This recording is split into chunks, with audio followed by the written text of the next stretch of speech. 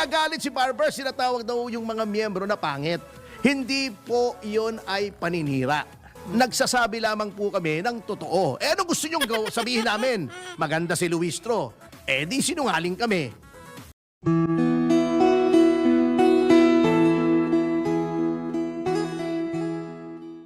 Abot hanggang langit ang pasasalamat niya kay Pangulong Marcos nung na-acquit siya. Na hindi ko naman malaman kung bakit kasi separate naman ang judiciary sa executive. Parang sinabi na rin niya na may kinalaman si Pangulong Marcos sa pag-acquit niya. Hindi naman yung tirado ng ali, no? Okay. Anyway, alam mo, nagtataka ako. Nagagalit ngayon si Barbers, di ba? Galit na galit. Hindi lang nag-press con, nag-privilege speech pa laban sa mga vloggers daw. Palagay ko nasasaktan na sila sa mga batikos. Ayun. Oo. Ngayon, mga troll, nagagalit sila na sila'y binabatikos, pinapaimbestigahan nila sa NBI. Opo. Alam nyo po, mga kagalang-galang na mga miyembro at chair ng Quadcom, at kung nagagalit po ang taong bayan, wala pong may kasalanan yan, kundi kayo. Alam nyo kung bakit? Sapagkat kayo po ay kung ano-anong pinagagagawa nyo nang babastos kayo ng witness. Nambubuli kayo, sinisigawan nyo ang mga tao roon, pinapahiya ninyo, plus inaabuso nyo yung contempt powers nyo. Ang ginawa nyo kay Atty. Lopez, kay Atty. Roque. Di ba?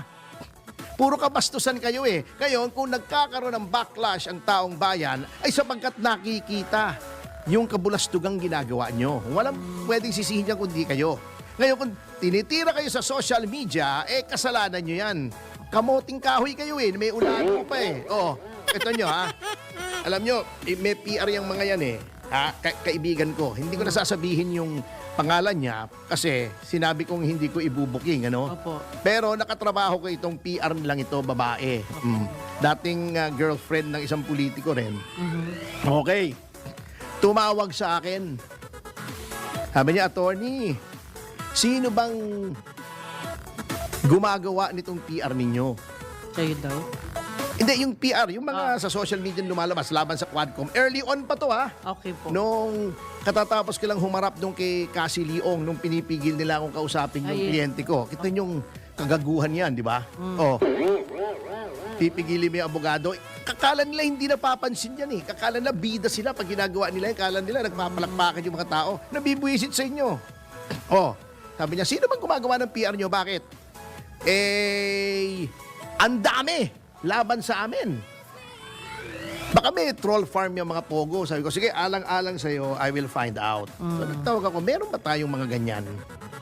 Sabi ko sa di wala daw. Sabi niya, paano kami mag-troll farm yung pogo? Yung pinagsasabi nilang funded by pogo. Wala nang ang pogo Kahit yung pogo ni Remulla sa Cavite, wala na, di ba? Dirat na si Diaryo Sinarhan na as of November 30. Sabi niya, paano kami magpupondo? Wala nang pogo.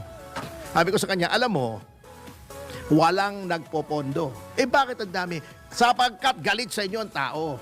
Kahit anong PR mo dyan, sabi ko sa kanya, kahit anong galing mo, magaling kang PR, mangangamote kayo sa hearts and minds of the people kasi mali yung ginagawa ninyo.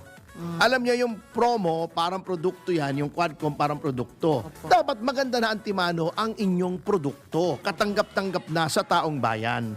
Kahit anong promote mo, kung yan ay hindi katanggap-tanggap sa bayan, hindi yan bibilhin. Kumbaga, they will not buy it. Hindi nila paniniwalaan.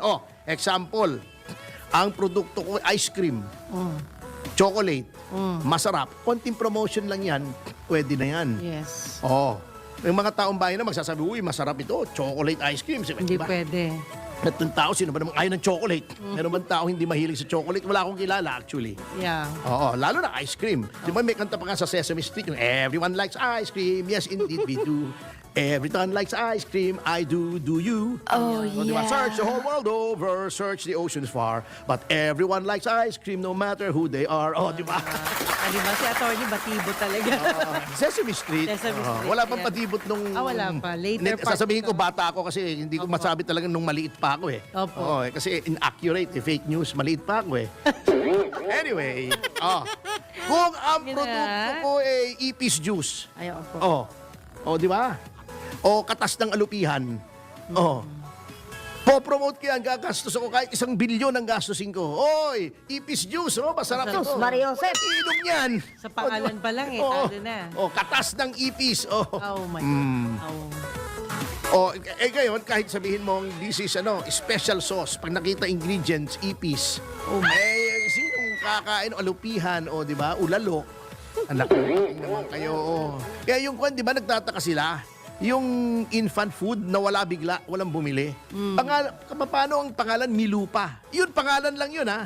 May lupa. Milupa, di ba alam mo yun, yung infant food yun eh. Ang treatment niya, Milupa, M-I-L-U-P-A, Milupa. Naisip ng mga tao, naku, wag yan, Milupa yan. Milupa. Bipakain ko sa anak ko. Nawala yun, nalugi. So, kailangan pala maganda yung choice mo ng title. Hindi lang title, maganda Quadcom. Bago ang produkto mo, si Abante, si Fernandez, si Barbers, si Paduano, si Luistro, si Adyong, si Luting ko yung buhok na nakangiwi. Yung nagkasama ni Dilima nag-file. Ang tawag doon sila, magkasama sila ni Dilima at saka yung paring adik, nget power pa ang tawag doon. At saka nagagalit si Barber, sinatawag daw yung mga miyembro na pangit. Hindi po yon ay paninira. Nagsasabi lamang po kami ng totoo. Ano gusto nyong sabihin namin? Maganda si Luistro. Di sinungaling kami. Anak ko lang, pati na. Katotohanan sinasabi, magagalit ka. Mabihira ka naman. Ano sabihin kong pogi si Abante, sinungaling ako.